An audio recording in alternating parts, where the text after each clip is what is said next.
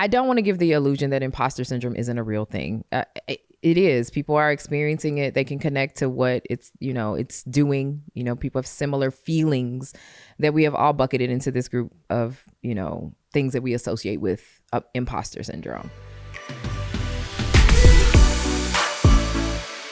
Privilege is all around you. It's useless until you recognize it. So it's time to stop feeling guilty and figure out how to use your privilege to make an impact. I'm Amber Cabral, and this is Guilty Privilege.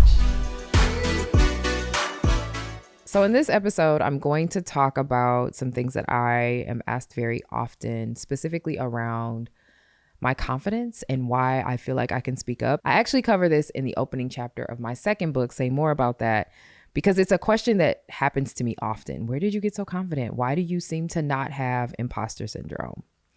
Let me preface this by saying that I don't necessarily experience myself that way. So I'm not always aware that I am coming across confidently. I also think that some of the things that people are seeing as confident or not having imposter syndrome do still happen to me, but I just don't consume it the same way. So I'm going to just talk a little bit about why I don't struggle speaking up for myself, asking tough questions, sharing my ideas, pushing back, challenging, just being generally a pretty comfortable communicator. And I think other folks, such as perhaps yourself, might struggle with that in comparison. So let me just open first with this. Confidence is how other people see you. It isn't really something that I think exists in your own body. I think I learned that I was confident by people telling me that I was confident. It wasn't because I didn't feel nervous. It wasn't because I felt like I was better than anyone. It wasn't because I was, guaranteed to have the right words every single time. I think the difference between myself and other folks is that even when I am nervous, even when I'm not sure what the words are, even when I think that perhaps I may not be the right person to speak up, I'm probably going to say it anyway. I'm going to take the chance. I'm going to push the envelope. I am also okay if I'm wrong. I'm also okay debating a little bit if I think you're wrong. And so some of what I think keeps us still as it relates to progressing in our personal lives, as it relates to asserting what people perceive as confidence, as it relates to being willing to challenge and speak up to our leaders and our bosses and our spouses and all of those things. I think a lot of that is about us making a decision that we're willing to be uncomfortable, that the thing that we want to talk about is worth it, that it is worth me challenging, that it is worth me questioning, that it is worth me potentially not feeling great or sure of myself, because the potential outcome on the other side is worth it. I want that thing more than I want to be comfortable. I want an equitable environment more than I want to be comfortable. I want this to be right more than I want to be comfortable. And I think the more that we lean into a space where we're willing to accept that discomfort comes with navigating the space that many folks just frame as confident, it's really just that I'm going to be uncomfortable and I'm going to walk through it anyway. I think the more that we all start to do that, the more we can start to create more equitable experiences for everyone and for ourselves. So I think another thing worth talking about is being liked. I think a lot of people prevent themselves from, holding the mic, saying what they want to say, challenging ideas, calling attention to inequity, pointing out when there's an opportunity for improvement, giving impactful feedback, all of those things that can feel a little tough. I think another reason people hesitate to do them is because they're worried about not being liked. Here's the thing I've learned about life. People are not going to like you. It could be for any reason. You don't have to do anything and it's going to happen. And conversely, the other thing that I've also found to be true is that people really like people who like themselves. So I like me. I enjoy me. I am okay with the person that I am. I'm excited by that. And I want to be able to walk in this being, this body, and express myself. And so because I like me, lots of times other people like me simply because I do. So sometimes where we get hung up is this going to make me not liked? It is already us projecting into the situation dislike that isn't even there. We have to instead maybe consider, how do I feel about me? And am I in the position I'd like to be in? At least mostly, because we all have insecurities. We all have things we'd like to be better. There's never going to be a perfect, completely seamless moment. But if we're willing to just say, I like me and I am going to trust that other folks will like me as well, and rely on that happening and not worry so much about those who don't, about those folks who are not going to like you, because again, it's always going to happen, then I think that kind of gets out of the way too. So you don't have to be stuck in position or not saying things simply because you are afraid of if someone is going to like you. Now, sometimes the person you're worried about is your boss. Sometimes the person you're worried about liking you controls your livelihood in some way, right? And so in those circumstances, it does matter, of course, if that person likes you. And so you are more likely to want to move in a space of being appeasing, being comforting, or what we like to call people pleasing. I have a couple things that I think are really important to keep in mind about that. Folks may like you, but when they find out that you're just doing things to make them happy, they won't trust you. I want to be trusted. I want people to like me, but I also want them to know I'm going to tell them the truth. I want them to value me being a part of their lives because they understand that I am willing to lean in and candidly share the thing that most folks will find difficult to share. That I will role model for them what it looks like to push past the discomfort and say, you've got lipstick on your teeth, right? Like, how often has that happened where you've seen someone with lipstick on their teeth and you didn't tell them, or you've seen someone with something going on that they could very easily fix, but we don't want to be disliked. We don't want to make them uncomfortable. That person is our leader. That person's in a specific position. And so we let that thing go unstated. We will even say, oh, I didn't see it. I didn't see that there was lettuce in your teeth. And we did. You always see it. And so I think we have to be willing to acknowledge that, that is us resting in our comfort, and your comfort doesn't serve you. Instead, push back against that and think about what really will serve me. It is worth me saying this thing respectfully, responsibly, thoughtfully, and I can get it across impactfully without having to destroy my reputation, without having to be in a position where someone is like, oh my gosh, I'm not going to like you. And in fact, I may be building a stronger connection because now they trust me. They trust me to share my ideas.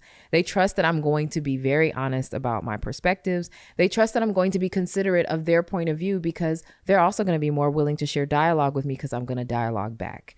So I think we have to also think about that too. So it's not even healthy for us to be in the position of, I am going to be people pleasing here because I don't want to hurt your feelings, or I don't want you to dislike me, or I don't want, all of those things are about your comfort. If your comfort were a non-issue, what would you do? If your comfort was not a factor, how would you show up? If you weren't preoccupied with your livelihood in that moment, what might you say? And then step back and iterate on it. Frame it in a way where it's valuable for your leader to hear instead of something that feels like you're just being angry. Be thoughtful about the way you communicate the message so that it lands on the receiver in a way where they're saying, I don't necessarily like that, but that's a great observation and I appreciate you sharing. Or, I'm not sure that's the best approach, but I actually can appreciate that you noticed that. And so it just doesn't serve us to rest in our fear. It doesn't serve us to rest in our discomfort. It doesn't serve us to put ourselves in the position where we're so consumed by what everyone around us is going to think about us that we are not willing to consider what the impact of us showing up will do to the environment to create equity. I hope you're enjoying today's episode. And if you happen to also be looking for tools to help you navigate tough conversations, to be able to show up as a more impactful ally, or just to have resources about how to navigate equity in your world, I've written 2 books. My first book is called Allies and Advocates. And this book is really focused on helping you show up as a more impactful ally. It has actual tactics and tips and things that you can practice to help you get there, both for yourself and for others. My second book is called Say More About That. Now, Say More About That is more about helping you to speak up, to push back, to challenge, to be able to have those conversations that sometimes get a little bit difficult. And in fact, I've given you actual scripts to help you to be able to do that. So if you're interested in just having a few extra resources in your pocket to be able to help you to navigate any of those things, you can go pick up those books anywhere where you buy books, or you can pop down into the show notes and click the links and buy them there. Back to the episode. It's possible that you've had the experience of encountering someone that many people thought of as confident, but you thought of as arrogant. I want to highlight there is a difference between confidence and arrogance. And in fact, all of it rests in the way that you choose to operate. when we are being confident, we are sharing our ideas. We are still being considerate of how people will receive them. We are thoughtfully constructing messages that are going to be impactful, but create space for flexibility and conversation. When we are being arrogant, we are being demanding. We are not listening to others. We are running people over, and we have an utter disregard for the experience of those that are also in the space with us. You get to decide. If there's one thing I could wave across the earth, please understand you get to decide. You get a say in how your life feels. You get a say in how people perceive you. You get a say in all of the experiences that you are having. It may not be the say you want, right? Because for lots of us, the say we might want is, I need a pay raise, right? But we don't necessarily get to impact that the way we want to. But we do get some kind of a say, which is, I'm going to make sure that I message what my expectations are from this role and the leadership that are supporting me. I'm going to make sure I do the very best job that I can, and I talk about it so people are aware of what I'm doing. I'm going to position myself in such a way that I am successful with the work that I'm doing. All of those things require confidence, but they are also considerate of what the goal is. And so you're being considerate of the whole, which is what makes it not feel arrogant. So we have seen or perhaps experienced people who have rubbed us the wrong way. And potentially we may have envied the fact that they got their point across, right? But we haven't necessarily appreciated the arrogance that was included or attached to it, even if they got the result. And I just want to assure you that you don't have to be that way. You can still assert yourself and share your perspective and do so in a way that doesn't have to communicate that you're being arrogant. In fact, this is like a kind of an interesting example, actually. It's a little bit privileged, but I will share because I think it probably fits. I went on a whale watching trip, deeply privileged thing to do, in 2023, where we literally were in a lagoon, and the whales are very friendly in this area and will come up to the boat. You can touch them. It's an incredible experience. And while we were there with, it's a small group of people. There are about six folks on each boat. There were 3 boats, right? So each of the 6 that you were with, you went out with a person who was steering the boat and also a person who was kind of the guide on the boat and dictating what part of the lagoon we would go to. First day out on the boat, we had incredible interaction with the whales, right? First moment. And the other guests did not have the same interaction. And so one group of guests on one boat were like, next time, let's hopefully have that experience. Tomorrow morning when we go out, we're looking forward to that. Another group was angry. Another group was incredibly entitled.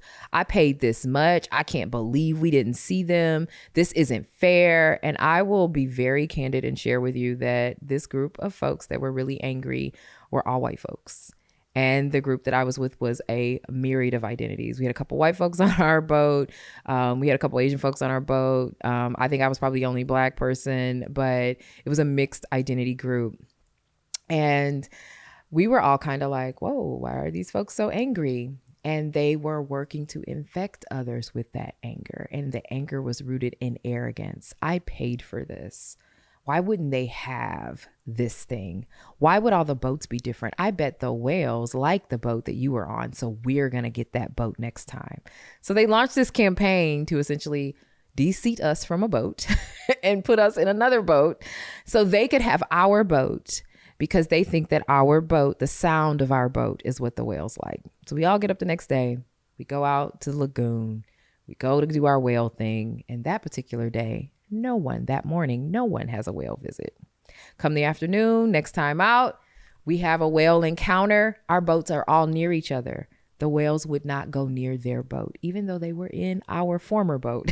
The whales would come to our boat. The whales went to the second group's boat. But this group of people that were upset and arrogant about it, the whales wouldn't go there. Now I have my ideas, my speculations about what whales might be able to pick up, floating around in the ocean. But the thing that I'm trying to highlight was just that this group was entitled and arrogant and frustrated because we paid and we should, and that's not, and they were impacting everybody's experience, and they were getting what they wanted, except the whales. They got the boat they wanted.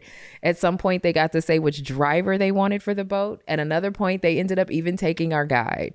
And we still had way more whale encounters and experiences than they did, even though they got all the things they wanted.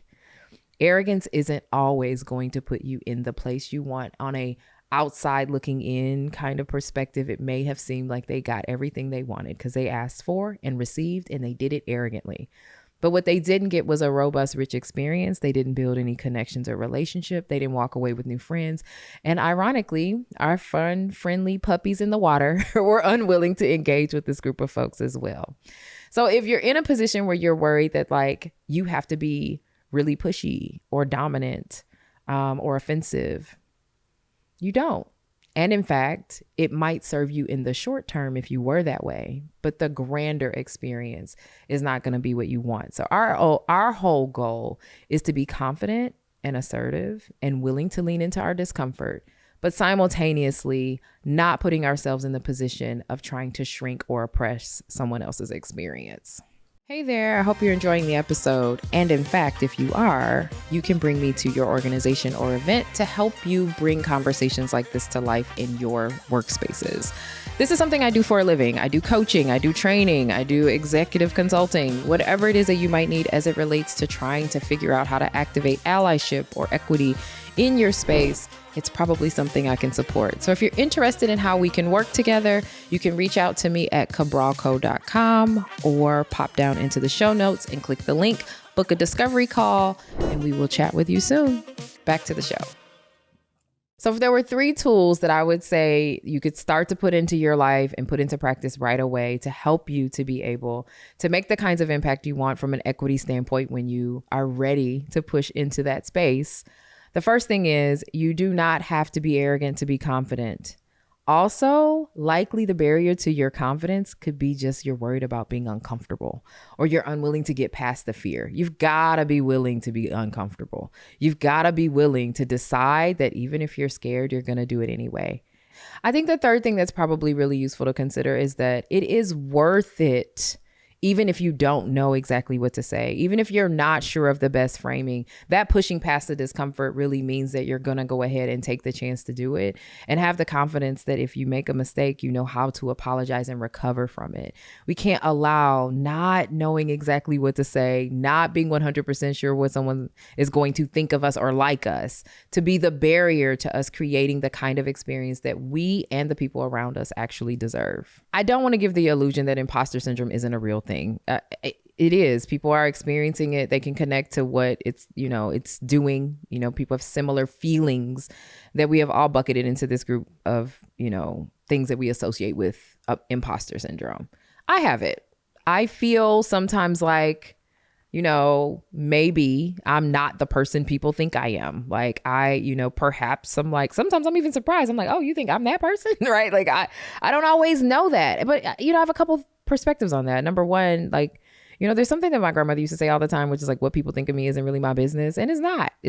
As long as you treat me well and you respect me and you're not like disruptive to my life, like it doesn't matter if you think I'm confident or amazing or any of those things. I love that people share that with me. But in the grand scheme of things, what I think of me means the most. And so I try to carry into a space what I think of me and what I would like to be and bring to that space. I am not preoccupied with whatever the mix or myriad of emotions I may have that may make me think that I am less than what others may see me as, or that I am in some way going to be exposed or torn apart, because I am resting well in who I am. So I think the solution to imposter syndrome, which is the problem, we're really good at defining a problem. We're not really good at expressing a solution. I think the solution is, what am I doing to push past that? How am I going to show up anyway? How am I going to be decisive about the way I rest in who I am and how I am, so that even if someone questions it, it's not going to tear me down? And instead of just resting in, I have imposter syndrome, because that it doesn't serve us. I mean, great, we know that, but we have to be willing to do the things that help us to move into a space where it is not going to cause us to not be actioned. Like we're not, paralyzed or unwilling to make decisions or, in some way feeling inhibited because we have this idea about ourselves. I hope you found this episode of Guilty Privilege valuable, and I will see you on the next episode.